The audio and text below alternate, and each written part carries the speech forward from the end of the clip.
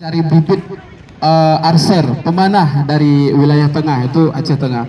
Setahun yang lalu sudah pernah kita adakan gayung memanah, yaitu dengan mengundang seluruh klub seluruh Aceh. Alhamdulillah dari seluruh Aceh itu banyak yang hadir dan di kompetisi juga, dan alhamdulillah Al Balad juga mendapatkan juara di situ di seluruh klub seluruh Aceh. Adalah olahraga memanah. Jadi buat adik-adik, ibu-ibu, para hadirin sekalian yang mungkin ingin melatih atau mengajarkan anaknya memanah seperti yang dianjurkan oleh Rasulullah, boleh didaftarkan di klub-klub yang ada di Aceh Tengah, ya. Klub yang sudah terdaftar juga di Pengcap Perpani, ya. Jangan klub ilegal, yang nanti bahaya. Cari klub yang memang sudah terdaftar di Pengcap, insya Allah aman. Di panitia.